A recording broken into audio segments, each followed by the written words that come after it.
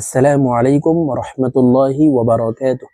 সম্মানিত দিনী ভাই ও বোনেরা, আজকের এই ভিডিওতে তাইসিরুল কোরআন কায়দার 19 নং পর্বের ক্লাস করব ইনশাআল্লাহ।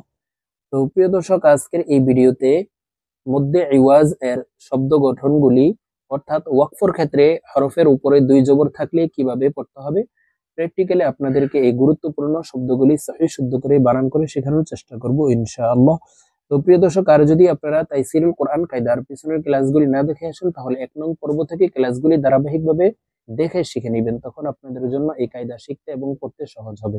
আপনারা যদি এই কায়দা পর্ব একদম ধারাবাহিকভাবে শিখে নিতে পারেন, তখন কোরআনুল কারীম অতি সহজেই পড়তে পারবেন।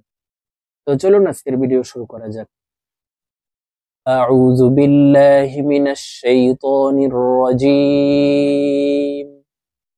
বিসমিল্লাহির রহমানির রহিম।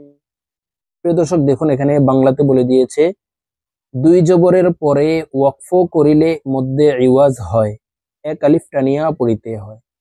তো দেখুন আমরা এই শব্দগুলি বানান করে আপনাদেরকে বুঝিয়ে বলে দিচ্ছি। দেখুন, বা র জবর বার, দাল আলিফ দুই জবর দান, বার দান। সাধারণত বানান করলে কি হবে? বার দান। ওয়াকফের ক্ষেত্রে হরফের উপরে দুই জবর থাকলে দুই জবর থেকে এক জবর সরিয়ে ফেলে বাকি এক জবর রেখে এক আলিফ টেনে পড়তে হবে।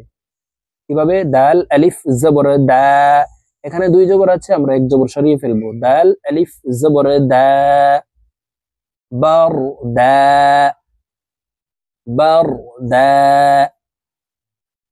প্রিয় দর্শক, আমরা পরের শব্দ বলে দিচ্ছি। দেখুন, আইন লাম জির ইল, মিম আলিফ দুই জবর মান, এখানে দুই জবর আছে। দেখুন মিমের উপরেই দুই জবর আছে। এখন ওয়াকফের ক্ষেত্রে হরফের উপরে দুই জবর থাকলে এক জবর সরিয়ে ফেলে বাকি এক জবর রেখে এক আলিফ টানিয়া পড়িতে হয়। শুধু ওয়াকফের ক্ষেত্রে হবে, এই মতকে মধ্যে ইওয়াজ বলা হয়।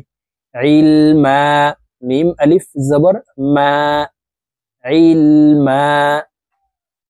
তারপরে শব্দ দেখুন, নুন শিন জবর নাশ, ত আলিফ দুই জবর তন, নাশ তন। মধ্যে ইওয়াজ হইলে কি? দুই জবর থেকে এক জবর সরিয়ে ফেলে বাকি এক জবর রেখে এক আলিফ টেনে পড়তে হবে। ত আলিফ জবর ত, নাশ ত, নাশ ত। নুন জের নি, সিন আলিফ জবর সা, চার আলিফ টেনে পড়তে হবে। মদের হরফের উপরে মোটা চিহ্ন বামে হামজা, মধ্যে মুত্তাসিল, চার আলিফ টেনিয়া পড়িতে হয়। আমরা এই সিন হরফকে চার আলিফ টেনে পড়ব। নিসা,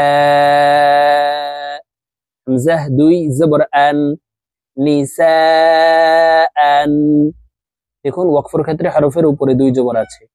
এখন আমরা দুই জবর থেকে এক জবর সরিয়ে ফেলে বাকি এক জবর রেখে এই হামজাকে এক আলিফ টেনে পড়ব। নিসাআ,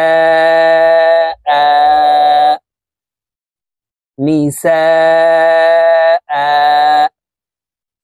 হা পেশ হু, দাল দুই জবর দান, হুদান। মধ্যে ইওয়াজ, ওয়াকফের ক্ষেত্রে এক আলিফ টেনে পড়তে হবে। দুই জবরওয়ালা হরফকে এক আলিফ টেনে পড়তে হবে, শুধু ওয়াকফের ক্ষেত্রে হবে এটি।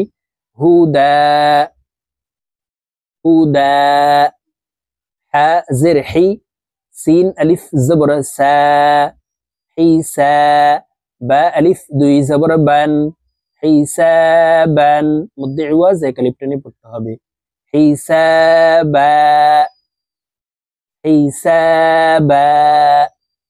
প্রিয় দর্শক, আমি এখন এই মধ্যে ইওয়াজ এর শব্দগুলি আপনাদেরকে একটা নিয়ে রিডিং বলে দিচ্ছি। দেখুন, বারদা, ইলমা, নাশতা, নিসাআ, হুদা, হিসাবা, হিসাবা। তো প্রিয় দর্শক, আমরা এইভাবে মধ্যে ইওয়াজ আমার সঙ্গে মস্ক করে বুঝে বুঝে এই শব্দগুলি প্র্যাকটিক্যালি সহিহ শুদ্ধ করে শিখে নেবেন। তো আজকের মতো আমার ভিডিও এই পর্যন্ত। ইনশাআল্লাহ আবার তাইসিরুল কোরআন কায়দার 20 নং পর্বের ক্লাসে আপনাদের সঙ্গে সাক্ষাৎ হবে। আসসালামু আলাইকুম ওয়া রাহমাতুল্লাহি ওয়া বারাকাতুহু।